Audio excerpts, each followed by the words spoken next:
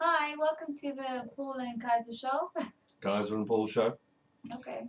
Kajsa, what are we going to talk about this time? Well, I thought we could talk about entities again because I like Wow. that subject. Wow. Entities. What are entities?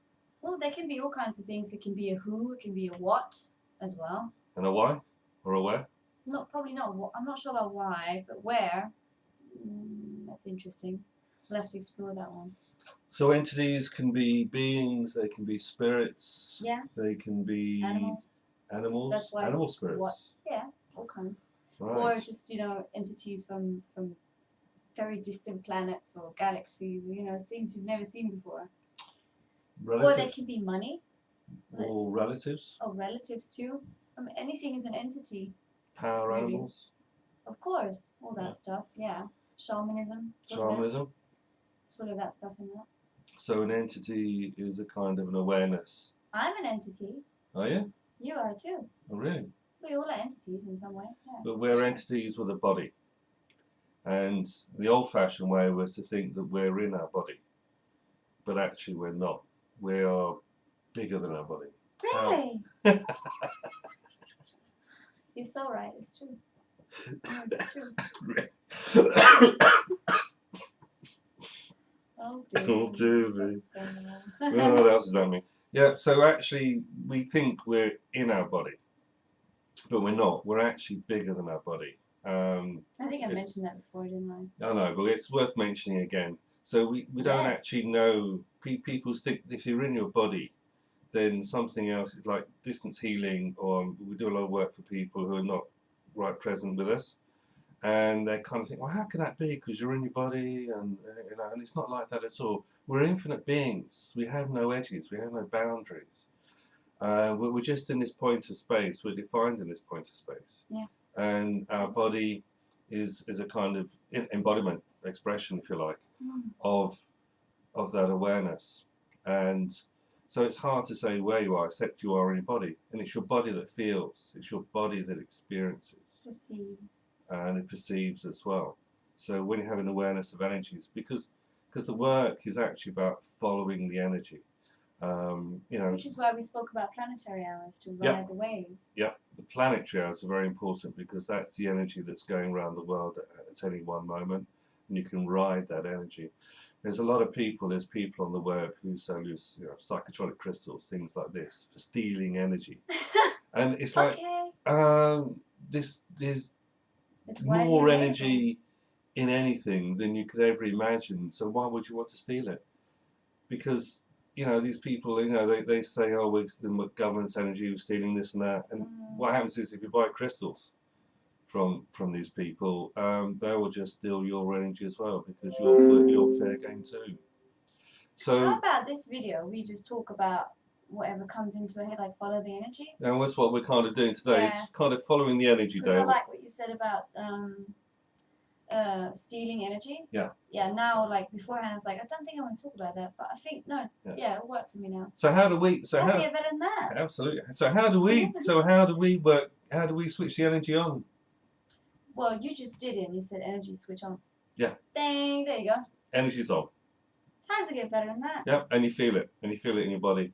And if you're aware of the planetary hours, you can feel that the energy is slightly different for each hour as well. Now. So we're in Jupiter, are we? Okay, all right. I lose track. Well, I'm a Sagittarius, so I particularly like this one.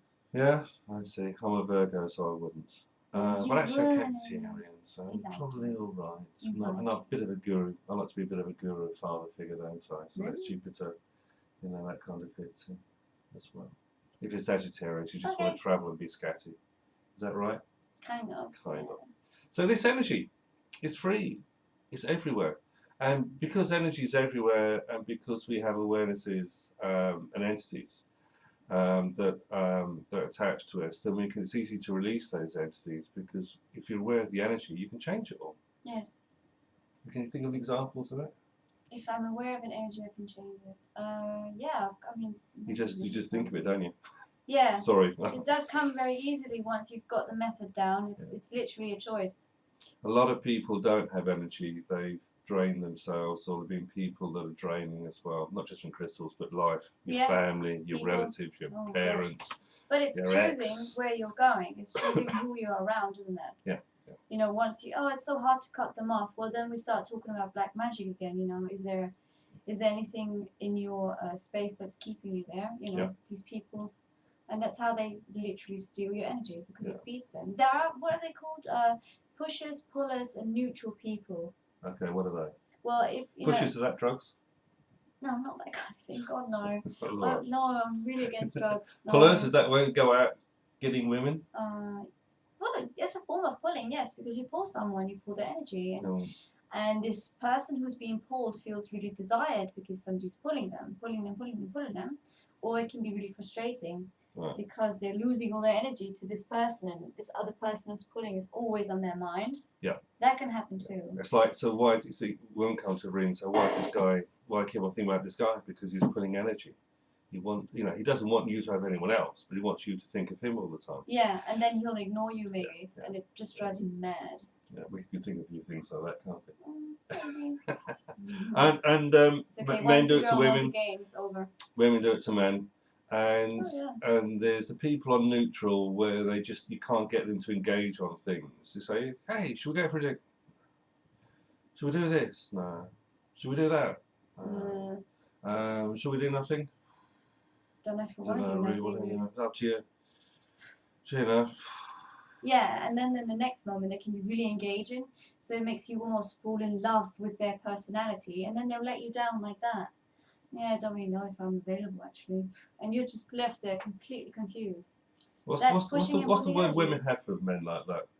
I don't know. I adore men. The women who do these things. Bastards? Yeah, that's a good term. No, I don't know actually. What would you say? Oh, you can't say that. Yes, you can. No.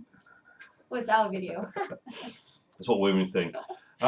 So there's just these energies here everywhere, and you know, because when we did tarot readings, you know, I mean, I've said many times in my videos on YouTube and my writings and stuff is that I can't remember the meanings of the cards. No. And I've written books and I've done talks and I've done lots and lots of videos on the meanings of cards as well. And it's true because when you're doing the reading, you're following the energy. You're seeing where the energy takes you within the card sequence, and you read the same way, don't you, Kajsa? Yeah. I can switch it up a lot, but it's when you follow the energy of whatever's going on there. And there's a really interesting thing. Always following the energy. Follow the energy. It's not really that complicated, but I don't know a lot of. It's because you have that awareness, and there's the energy of the person, there's you, and there's a tarot cards. And so it's really interesting because you can actually, when you have that sequence of cards there and that person's kind of sitting there disengaged but wants to know stuff and doesn't want to give anything away, you can actually switch the energy on within the tarot cards as well. So then they start communicating and working together. It's the entity, you know, it's the entities of the cards at that moment in that sequence for that reading for that person. All of a sudden you can be like, hey, look over here, and this is the entity having a communication with you. And not only and not only is the cards talking to you, they're also communicating to the person having the reading as well. Yeah, they might say, well, there's actually this one thing, and then the conversation's opened up. Transforms and changes, and you just go into a new awareness. You feel. So how would you know that things are true or false in these things? I've given it away. They're giving away the secret. There we are. That's okay. I'll take over anyway. Go on. I like it. Anyway, so the truth and the lie thing is heavy sensations or light sensations, and some have it in their bodies. Other people are so expanded already, without them knowing it sometimes as well, that the lightness and heaviness will not show up in the body, but literally in the being outside of the body. And the reason for that is they're disconnected from their body. Their body's still there, but they're not really aware of their body going on. Things like this can happen as well. So this lightness and heavy thing is when we perceive something that needs to be worked with is like a heavy that's feeling. True for me as well. What you just said, that's true for me. So I just did it now in my head. Like, does that feel light or heavy to me? Is it true for me? That you don't always have to say, does it feel light or heavy? You can say, does it feel true? Does it feel like a lie to me? And then you'll see if you get whatever sensation comes up. If it's heavy, then it's obviously not a truth for you. And truth and lies are different to every one of us. Yes. It's what's true for you. Yeah. not an It's- absolute truth. No, it's like Paul and I are very interested in knowing, Are we? wanting to know about what it is that you know that you sometimes refuse, you know, and are you willing to acknowledge it? Yeah, I know it's a bit of a mind-boggling thing, but I'm what lost. do you know that you refuse to know? And like all kinds of stuff comes up. Oh, when she you say, does. I want to acknowledge what I know now. So what is it that I know? Oh, and Guys. then whatever. Yeah, Kajsa does that to me. So, well, what do you know, Paul? Yeah, it's so easy to go into I don't know, but really we are beings of incredible magnitude, all of us. So I'm really happy to connect with you. It's a really So challenge. fun. It's a challenge of, you know, you do know when that thing I perceive in awareness or in my body or whatever. Oh, Kajsa, I've got this thing, and she says, "What are you perceiving? What do you know?" What do you know? Yeah, it's like And it's like, I don't know anything. it's very easy to go into I'm a victim, I don't know anything because it's so promoted in this reality. You're not that much of a victim, you're getting very good at it actually. Oh, It's yeah. just, I've improved. Take some credit. Go on. Thank you. Dishing out. She's not too bad. It's quite good. I like that. I received that. You received that. It's a reciprocal thing, and it's very rare. This is why I'm so excited having Kajsa around, because she has that awareness. So because I'm pretty then. You're pretty. I thought I was. Right, okay. Just an interesting point of view. Yeah, she's great. That's good. Yeah, beautiful. reset it. Interesting point of view. So it's just it's a rapport. It's a kind of having this energy flow that can just flip. And sometimes you have arguments, you know, it's, and then just like a minute later, yeah, that's interesting. Oh, that's right, yeah, you know, it just goes back into kind of. We're pretty good at that because we ask questions. We challenge each other. Yeah, all the time. Like some nights we don't sleep because we're thinking about stuff. Yeah. There's always things going on. Expansion between two of us, always. So expansion means that your awareness. What happened there?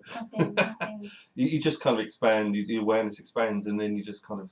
If you take things to infinity, then they just kind of evaporate anyway. These problems, but sometimes it's hard to get to infinity because it's so. How are you going to imagine that? Well, you don't imagine it. That's the secret.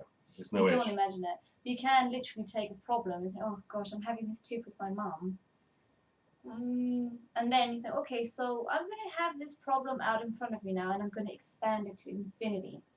I'm going to make this problem infinite. See how far it goes." And most of the time, all your problems would just go to a certain width, or can I say gravity? Yes, it's a limit, isn't there? Yeah, there'll be a limit, and you just have to push it. Yeah, exactly. It's like blowing. You just blow on it just gently, and it just and you suddenly find that just it can't exist in infinity. Yeah. So it's a problem that you're buying into is so real when really it isn't. So it expands to infinity. What else is possible? Yeah. Anyway, yeah. That's it, isn't it? Yeah, I think so. I think we've run out of things to say right this second. Yeah, don't worry, we'll carry on talking. But we want you to like and subscribe and comment and all that stuff. And if you ever want to find us, Paul, don't you go to London once in a while? Yeah, I'm up in London. Kajsa sort of travels a bit around as well too. So newtarot.com is probably the best place to find us. And or YouTube, and we'd be very happy to meet you. Yeah, we just see where else it takes us. Yeah. Until next time. I'll see you better than that. Bye. Bye. Bye.